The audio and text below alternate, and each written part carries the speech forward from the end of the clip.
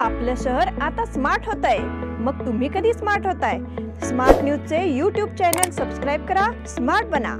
नोटिफिकेशनसाठी bell आयकॉनवर click करा।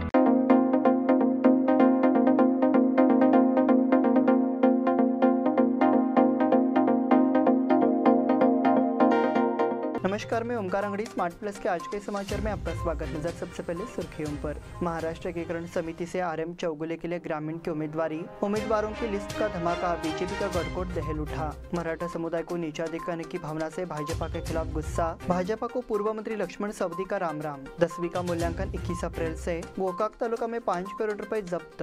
आपल्या लाडक्या मुला-मुलीच्या लग्नाचा प्रश्न सोडवायचा आहे? एखाद्या चांगल्या मार्गदर्शक संस्थेचा शोध घ्यायचा आहे? मग आपला शोध इथेच थांबतो आहे। श्री स्वामी समर्थ वधूवर सूचक केंद्र मॅरेज ब्युरो। आमच्याकडे सर्व जाती धर्माची 40,000हून अधिक स्थळे उपलब्ध। कर्नाटक, महाराष्ट्र आणि गोवा परिसरातील स्थळांची मोठी यादी उपलब्ध। आमचा पत्ता आहे श्री स्वामी समर्थ मॅरेज ब्युरो, शुक्रवार पेठ, टिळकवाडी, हॉटेल नियाजच्या शेजारी। संपर्क 9741436770 किंवा 9741625533।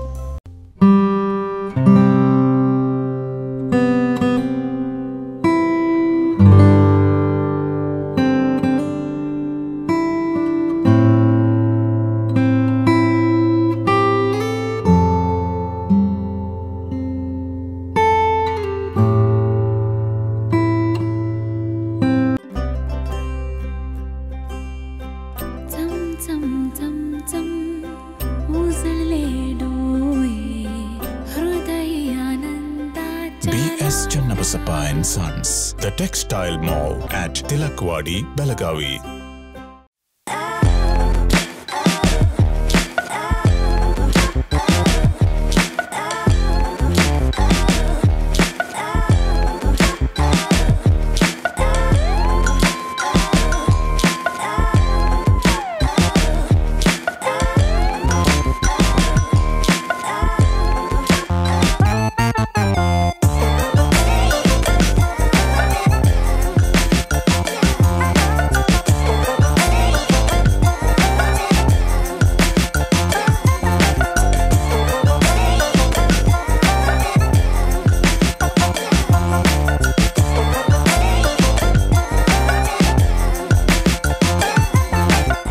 समाचार विस्तार से।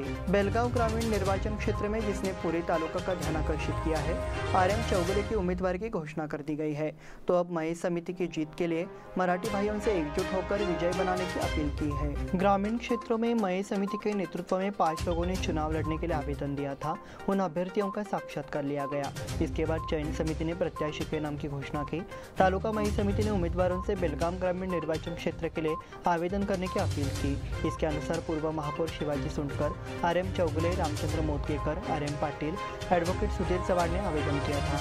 अंत में साक्षात्कार एवं चयन के बाद बुधवार को चयन समिति सदस्य द्वारा मतदान के बाद बेलगांव ग्रामीण निर्वाचन क्षेत्र से आरएम चौगुले को समिति के लिए नामित किया गया है। उम्मीदवारों की लिस्ट का धमाका। बीजेपी का गड़कोट दहल उठा।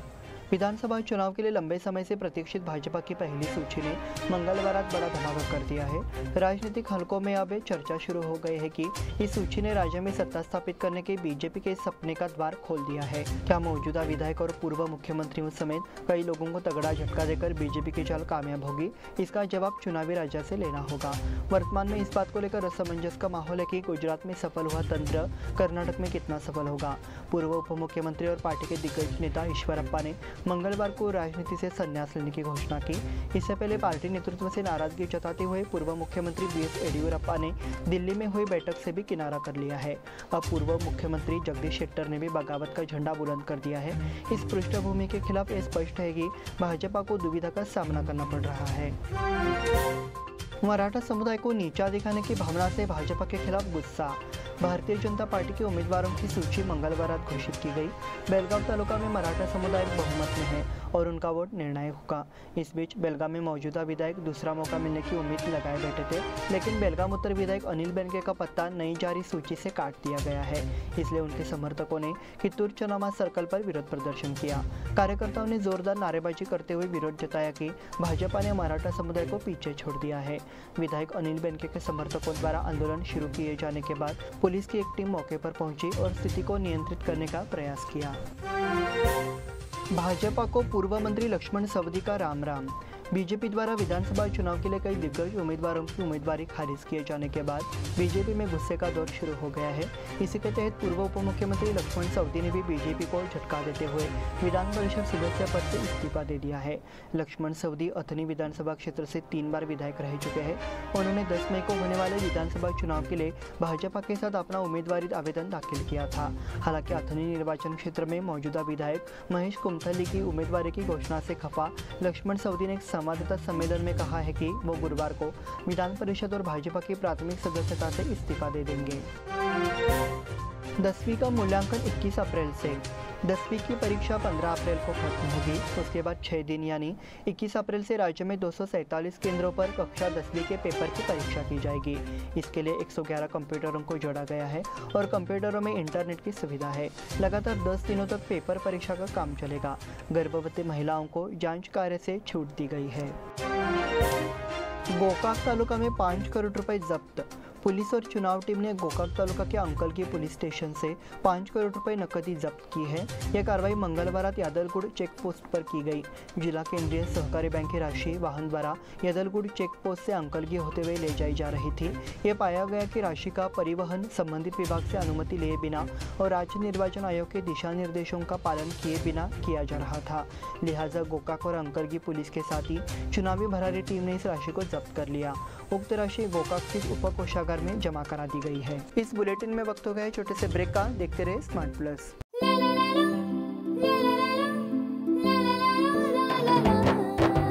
जले दीप अंगना में होगी रोशन दुनिया, पलकों तले छा जाए चांद तारों का साया। रंगोली में खिले रंग खुशियों की भी तरानी, तन मन झिलमिल जाए हर पल होंगे सुहाने। ये अटूट बंधन खिले हर आशियाना, रंग वस्त्रों का खजाना मन भाए आराधना। रंग वस्त्रों का खजाना मन भाए आराधना। आराधना मारुति गली बेलगाम। मन भाए आराधना।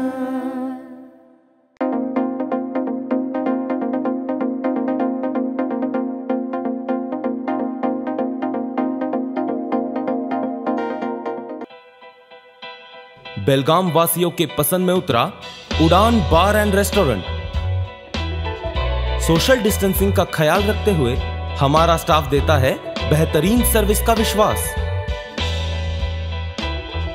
यहां है पार्टी और फंक्शन के लिए 3 आलीशान हॉल, कारपोरेट डिनर मीटिंग के लिए 3 अलग कक्ष, आईपीएल मैच देखने के लिए 3 बड़े स्क्रीन की विशेष सुविधा।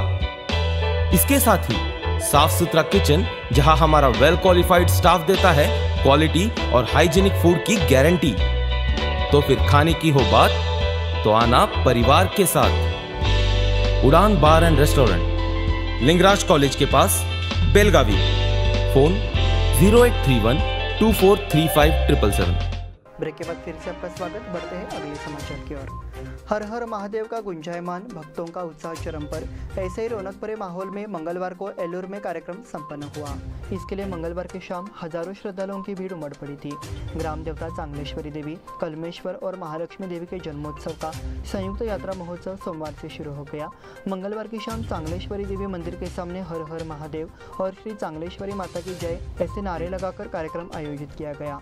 सोमवार की सुबह बैलगाड़ी और ट्रैक्टर की मदद से जलाऊ लाकड़े लाई गई। फिर शाम को गांव में अम्बिल गाड़ियों की भव्य शोभायात्रा निकाली गई। चैत्रोत्सव के माध्यम से लावणी महारानी को अनूठी श्रद्धांजलि। महाराष्ट्र की वास्तविक मिट्टी में लोक कला के रूप में जाने जाने वाली लावणी की महिमा को समृद्ध करने वाली सुलोचना चव्हाण की जीवन गाथा को उजागर करने वाला एक बहादुर कार्यक्रम मगन माशन जगन्नाथ चैत्रोत्सव में मनाया गया और लावणी की जीवन गाथा को सभी महिलाओं के लिए भर चैत्र में प्रकट किया गया। प्रारंभ में शारदा देवी की आरती उतारी गई। इसके उपरांत प्रोफेसर विजय धोपेश्वरकर द्वारा लावणी की शुरुआत हुई और धारा के बदलते रूप में 4 चौराहों में लावणी महल पहुंचा। इनरव्हील के शिविर में ग्रामीण बालिकाओं के महत्वपूर्ण भागीदारी।